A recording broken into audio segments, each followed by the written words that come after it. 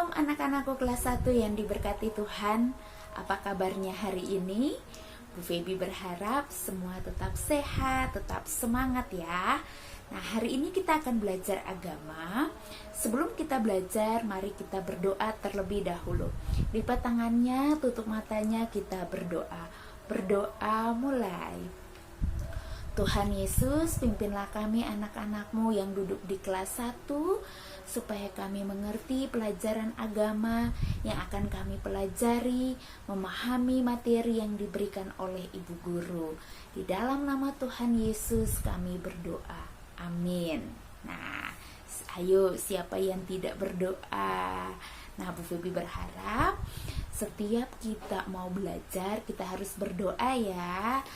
Nah, hari ini kita akan belajar di materi bab 10.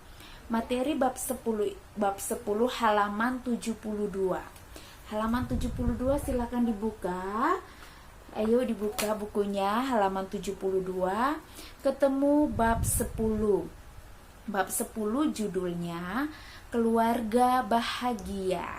Nah, judulnya ayo baca sama-sama. Keluarga Bahagia. Keluarga bahagia itu seperti apa sih Bu Feby? Nah, kalau di minggu lalu kita belajar bahwa di dalam keluarga harus saling mengampuni, saling memaafkan antara orang tua dan anak, kemudian kakak dan adik. Nah, akan tercipta suatu kerukunan jika keluarganya saling mengasihi dan saling memaafkan jika ada yang melakukan kesalahan. Lalu bagaimana dengan keluarga yang bahagia? Nah, jika keluarga yang rukun, maka terciptalah juga keluarga yang bahagia. Nah, namun keluarga yang bahagia adalah keluarga yang melibatkan Tuhan. Misalnya, keluarga yang beribadah kepada Tuhan. Kalau sekarang hari Minggu biasanya kita masih ibadah online ya. Nah, pas sudah jam ibadah, mama dan papa panggil, ayo, siap-siap, kita duduk semua di depan TV, di setelah YouTube-nya, kita ikut ibadah secara online, sama-sama, mama, papa, kakak, adik, kita ikut ibadah sama-sama. Beribadah sama-sama, juga berdoa bersama-sama. Nah, kita lihat nih cerita di dalam Alkitab. Nabi Nuh, walaupun ia tinggal di sekeliling orang-orang yang tidak beribadah kepada Tuhan, namun Nuh dan keluarganya tetap beribadah kepada Tuhan. Oleh sebab itu, Tuhan menyelamatkan mereka dari peristiwa air bah. Selain Nuh, ada juga Yosua. Nah, Yosua ini dia yang memimpin bangsa Israel setelah Nabi Musa meninggal. Nah, Yosua memimpin bangsa Israel memasuki tanah Kanaan. Pada waktu Musa meninggal, bangsa Israel mereka lalu menyembah kepada dewa-dewa. Mereka tidak beribadah kepada Tuhan. Nah, ketika Yosua melihat mereka beribadah kepada dewa-dewa, Yosua lalu mengatakan dalam kitab Yosua pasal 24 ayat 15b, ia mengatakan, "Tetapi aku dan seisi rumahku, kami akan beribadah kepada Tuhan." Nah, Yosua mau menegaskan bahwa sekalipun bangsa Israel tidak beribadah kepada Tuhan, namun Yosua dan keluarganya mau tetap beribadah hanya kepada Tuhan. Nah, ketika melihat teladan dari Yosua, ketika bangsa Israel melihat teladan dari Yosua, mereka pun kembali beribadah kepada Tuhan. Nah, itu cerita beberapa tokoh di Alkitab yang tetap beribadah kepada Tuhan walaupun di sekeliling mereka tidak beribadah kepada Tuhan. Nah, bagaimana keluarga itu beribadah kepada Tuhan? Jika di dalam rumahnya sering beribadah bersama, sering berdoa bersama. Kalau mau tidur malam, mama atau papa ajak, ayo kita doa dulu yuk, doa malam sama-sama. Pas bangun pagi juga, ayo kita doa pagi, kita ibadah keluarga dulu. Nah, pas makan juga di meja makan bersama, ayo kita berdoa. Nah, hari ini yang pimpin doa kakak, hari ini yang pimpin doa adik. Nah, Mama dan papa selalu mengajak kita untuk beribadah kepada Tuhan, rajin berdoa.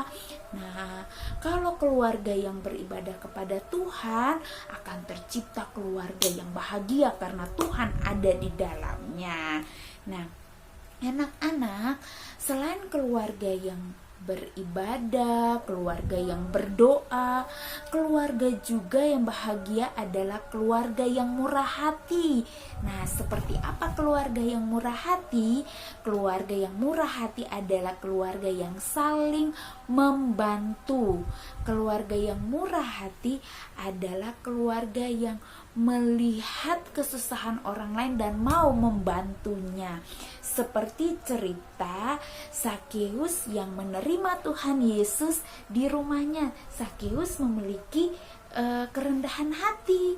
Nah, kemudian Nabi Elia juga dibantu oleh janda di Sarfat, dan ada mujizat yang dilakukan oleh Nabi Elia kepada janda di Sarfat.